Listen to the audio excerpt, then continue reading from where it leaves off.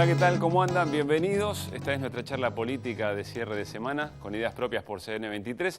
Cierta sensación de déjà vu, porque claro, ya hemos tenido viernes, últimos viernes, antes de una veda electoral. Este es el último programa de Con Ideas Propias antes de que efectivamente llegue el fin de semana de las elecciones. Y a grandes rasgos vamos a dividir el programa en dos temas. Por un lado, la economía política, porque efectivamente en la semana hubieron dos acontecimientos muy importantes. Por un lado, el Congreso de Economía Política en el Centro Cultural de la Cooperación, con el cierre de Axel Kicillof, y por otro lado, el coloquio de IDEA, donde los candidatos expresaron frente al establishment económico sus propias ideas en torno a el desarrollo del país. Y por otro lado, la campaña, esencialmente y propiamente dicha, porque hay definiciones, porque hay candidatos que ya han adelantado nombres de su gabinete a modo de mensaje también en el marco de la campaña, porque efectivamente la noción de voto útil fue protagonista en esta semana con incluso algunas definiciones de la propia presidenta de la Nación y porque además los candidatos, sobre todo de la oposición, hacen malabares para acomodar su discurso tratando de ganar algún que otro voto en el último sprint de la campaña. Así que, sin más, los invitamos a la mesa. Hasta las 23:30 charlamos de política, el último programa antes de la veda electoral.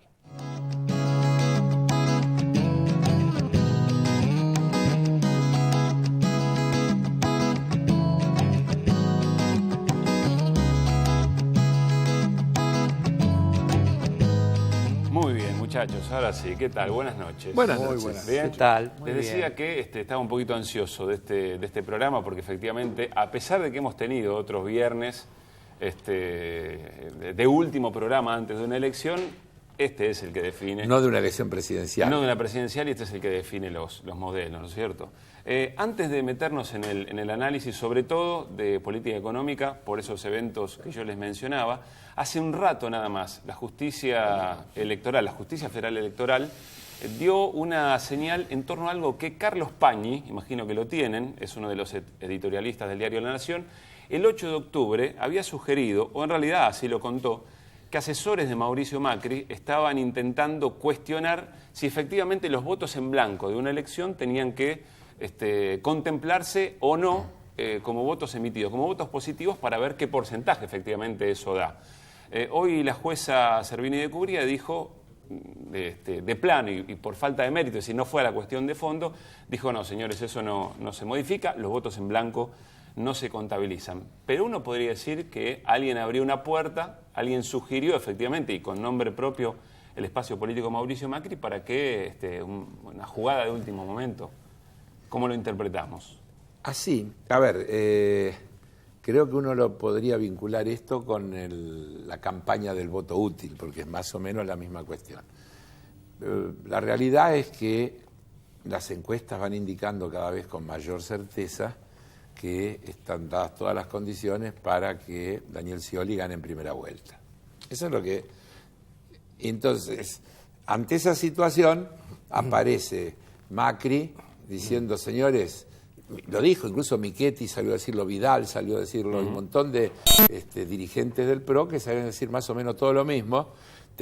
Si no hay un cambio en cómo está compuesto el voto opositor, hay grandes probabilidades que el oficialismo gane en primera vuelta. Claro, para la oposición el riesgo es muy alto. Entonces, ¿no es cierto? Entonces, uno de los jefes de campaña de la oposición, hemos dicho que los jefes de toda esta campaña son los grandes medios de comunicación, es Pañi, que no es la primera vez que él, Morales Solá y algún otro tiran líneas que luego los ejecutores son los políticos de las fuerzas opositoras. Pero en general muchas de estas cosas vienen anunciadas o preanunciadas o propuestas desde esos formadores de opinión. Así que... Perdón, antes era al revés, ¿no? Antes sí. se operaba a través de los medios. Hoy los medios operan a la propia dirigencia política opositora. Y creo que sí. Sí, se transforman, yo a veces digo, en una suerte de vanguardia, porque los medios son los organizadores, los que tiran las ideas, los que tratan de nuclear a la derecha, a la oposición, y luego los políticos, los expertos, reaccionan a la señal. Sí. De cualquier manera van a tratar de seguir con esa lógica para adornar lo que dice Carlos de la transparencia. La transparencia la imponen ellos definen qué es transparente y qué no es transparente, y esta maniobra que sería gravísimo porque podría alterar el resultado electoral. Sí, concretamente, si se contabilizan como afirmativos los votos en blanco, disminuiría el porcentaje, claro, en este caso, del claro, Frente requeriría para la que el Frente para la Victoria tenga muchos más votos para sacar el Para ganar en primera vuelta. Ya empezaron con lo de Tucumán, y de Tucumán, si bien fracasó, en realidad ellos se autotitulan los dueños de la transparencia, y todas estas maniobras que son oscuras, ellos la presentan desde la transparencia. No es muy republicana, que digamos. No.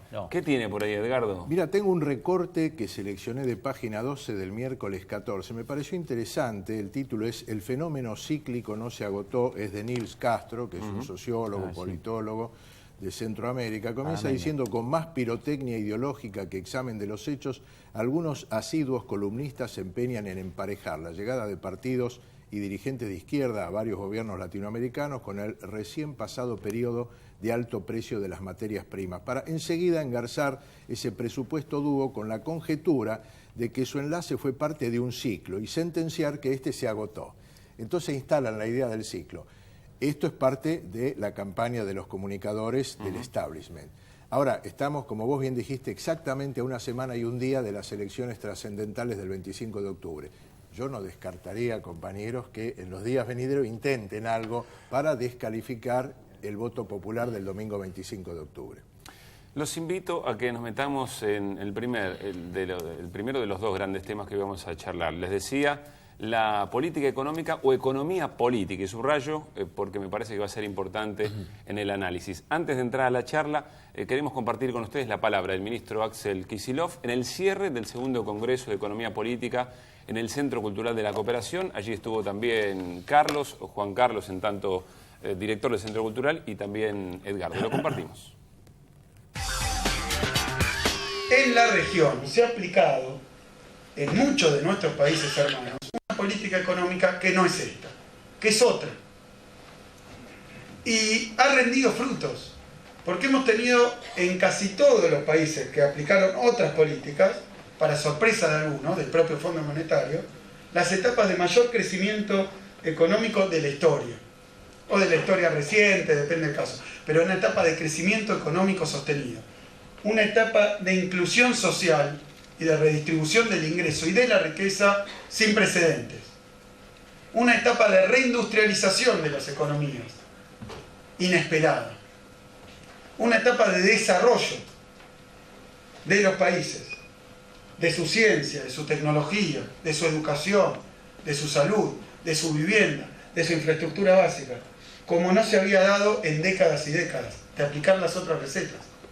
Es decir, que tenemos ante nosotros, y el otro día lo decía, ¿no? Porque en esto hay mucha controversia, si la teoría viene antes de la práctica o la práctica viene antes de la teoría. Acá hay una discusión enorme, hay una discusión filosófica, de epistemología, como quieran llamarla. Hay esa famosa frase que el búho de Minerva levanta vuelo en el crepúsculo, que vendría a ser que primero ocurren los hechos y después viene quien los sistematiza, los discute, los analiza y los convierte en teoría económica. Pero sea como fuera, estamos adelante de una enorme oportunidad. Hemos llevado adelante políticas económicas que son heterodoxas, que no son parte del recetario tan simple, tan sencillo, tan descarnado y tan dañino como el del liberalismo. Lo hemos hecho y ha rendido frutos. Ahora le falta dar su avance a la teoría económica, a la ciencia económica. Nos debemos eso. Por eso yo venía a este congreso a decir que hay una tarea gigantesca, que no es ni para una persona, ni siquiera para un país. Es necesariamente, como son todos los procesos de creación científica, de discusión, de avance de la ciencia, tiene que ser un proceso colectivo, pero estamos en falta. Hay que crear una nueva teoría económica latinoamericana. La Argentina tiene mucho para aportar a eso, ¿no? La Argentina de los últimos años, digo. Sí, bueno, claramente uno podría decir que ahí están los dos modelos planteados, es decir, las cosas que se dijeron y se discutieron en el segundo Congreso de Economía Política y lo que pasaba simultáneamente en el coloquio de ideas. Ahí están los dos modelos que los podemos referir a muchísimas cosas distintas. Vos decías bien lo de economía política, o incluso Kicillof cuando en su intervención empieza con eso, dice, bueno, una de las cosas que hizo el neoliberalismo es sacarle a la economía política, la política, para presentarlo como una ciencia matemática y para negarle el carácter político y social que tiene la economía y que no tiene nada que ver con la matemática. Con lo cual un técnico superdotado te resuelve. Claro, porque son fórmulas, En el otro lado, aparece una cosa que en realidad, por repetida, uno debería decir, ¿cómo todavía siguen diciendo esas cosas? Pero mira, para que entendamos, yo voy a tomar otra vez una nota del diario La Nación del 10 de octubre, antes del coloquio de ideas, y que no tiene nada que ver teóricamente con el coloquio de ideas. Está referida a las reuniones adyacentes, colaterales que se hacen cuando se hace la reunión del Fondo Monetario y del Banco Mundial. Una de esas reuniones es la de el Instituto de Finanzas Internacionales, que, según el autor de la nota, agrupa a los grandes bancos del mundo. Cuando se habla del capítulo argentino, los ejes centrales, dice el columnista del análisis, presta atención, son: el próximo gobierno enfrenta un fuerte desafío, corregir años de políticas equivocadas. El eje central de las correcciones es colocar la política fiscal en una posición sustentable después de años de creciente gasto público. La consolidación fiscal requerirá voluntad política y habilidad para enfrentar la resistencia social. El mayor peligro es la imposición de medidas que se queden a mitad de camino y que lleven a altos costos sin restaurar la confianza, como pasó ahora en Brasil. La resolución del tema de los holdouts es una condición necesaria pero insuficiente para lograr el acceso a fondeo externo a un costo razonable. Y sigue. Es decir, y termina diciendo, se requiere un programa de consolidación fiscal que reduzca el déficit entre 1 y 2% por año como parte de una revisión más amplia de las políticas que restauren la confianza en las perspectivas de crecimiento. A ver si leo bien, muchachos, cuando ganemos el gobierno hay que ir a fondo. Va a haber resistencia. ¿Querés que te lea lo que dice? Pero no aflojen. ¿Querés que te lea lo que se dijo en IDEA? Eso mismo. Explíquenme qué es el coloquio de idea, porque yo siento que por ahí nosotros lo charlamos y lo damos por sentado. El coloquio de ideas es lo mismo que el foro empresario, es decir, son distintos sellos que tienen, y de todos es lo que llamaríamos el círculo del poder de los grandes grupos empresarios, que han institucionalizado todos los años una suerte de reunión de análisis donde invitan a todo el mundo y donde en general lo que se impone es ese discurso neoliberal que contra el Estado, que tiene, mirá, por ahí está la frase de Mauricio Macri que es impagable, es decir, la del canchero, ya la comentamos, sí, creo, ¿no es cierto? Vale la pena decirlo de vuelta, el Estado tiene que ser el canchero. Así es. Cortar el paso, sobre todo el rol del Estado. Claro. ¿Qué tenías entre palabras, Edgardo? Yo quería aclarar que no estuve en el segundo Congreso de Economía Política, pero bueno, no porque no estuviera de acuerdo, sino porque estuve en Mar del Plata en otro contracoloquio de idea, que fue la Convocatoria Económico y Social por la Argentina. Fue un encuentro muy importante de dirigentes de pequeñas y medianas empresas, dirigentes laborales, cooperativistas. Y al cierre, y termino con esto, Héctor Recalde, que fue de alguna manera el decano por su trayectoria y por ser el mayor de diputado todos. Nacional. Diputado nacional. De la CGT, ¿no? Exactamente. Dijo presidente lo de la Comisión de Legislación del Trabajo de claro. la Diputado. Dijo con acierto, acá estamos, se refería a esta convocatoria económica y social por la Argentina, los que representamos al pueblo argentino, los que estamos con la continuidad y la profundización del proyecto nacional, popular, democrático. Allá, en el coloquio de idea, están los que no quieren que se investiguen los compromisos del grupo de empresarios con la dictadura cívico-militar. Bueno, que lo manifestaron pública y clarito, absolutamente. Ahora, Juan Carlos, según Clarín, vos organizaste el encuentro, el segundo Congreso de Pensamiento Económico, a propósito, para hacerle un versus al coloquio de ideas. Eso dijo Clarín. Sí. Que lo organizó el gobierno en el Centro Cultural de la Cooperación para pelearle al coloquio. Como siempre, Clarín miente. Ni lo organizó el gobierno, además nosotros lo organizamos junto con la Universidad de Quilmes Es el segundo congreso, ya el primero lo habíamos definido como de economía política en los términos que planteaba Carlos. Para nosotros la economía es una ciencia social, una ciencia del hombre, y la economía tiene que ser un instrumento que beneficie la vida de la sociedad. Eso fue precisamente escindido por la academia conceptualmente para que la economía no tenga relación con la política ni con la sociedad. Muy bien. Nuestro congreso, de alguna manera, este segundo, lo ubicamos en la heterodoxia, como mencionó el ministro. Y eso es muy interesante a mi juicio. Si uno dice que hay una ortodoxia y la heterodoxia es lo contrario, es casi una obviedad. Sin embargo, si lo connotamos, creo que adquiere entidad. Desde hace 50, 60 años, desde el triunfo del neoliberalismo, eso se impuso en casi todo el mundo, la teoría neoliberal, que se transformó en un dogma. Eso es la ortodoxia, un dogma, ¿no es cierto? Solo que tuvo como característica que se ganó culturalmente a la sociedad del mundo, el dogma se instaló, se legitimó, ganó las conciencias, la mente. No solo un tema económico, un tema cultural. Un tema cultural, muy bien. Por eso, en realidad, este congreso es heterodoxo, porque viene a romper con una nueva concepción, con nuevas ideas, esa ortodoxia, ese dogma, precisamente a partir de la experiencia transformadora, revolucionaria, nacional, popular de América Latina y de la Argentina. Pero ese proceso político y ese proceso de gestión de gobierno requiere de nuevas ideas, y de eso se trató este congreso. Fue un congreso que hubo 100 ponencias, 700 participantes, 24 mesas de debate, y ese fue el sentido. Quiero volver un segundito al coloquio de idea, porque allí los candidatos fueron a expresar efectivamente, ya sea de manera complaciente, lo que querían escuchar, o también algunas ideas o proyectos de futuro que no necesariamente agraden a la platea. Estuvo Daniel Scioli, el candidato del Frente para la Victoria, en el coloquio de idea. Esto dijo, y es interesante escucharlo. ¿Qué vengo a garantizarle yo de alcanzar la presidencia?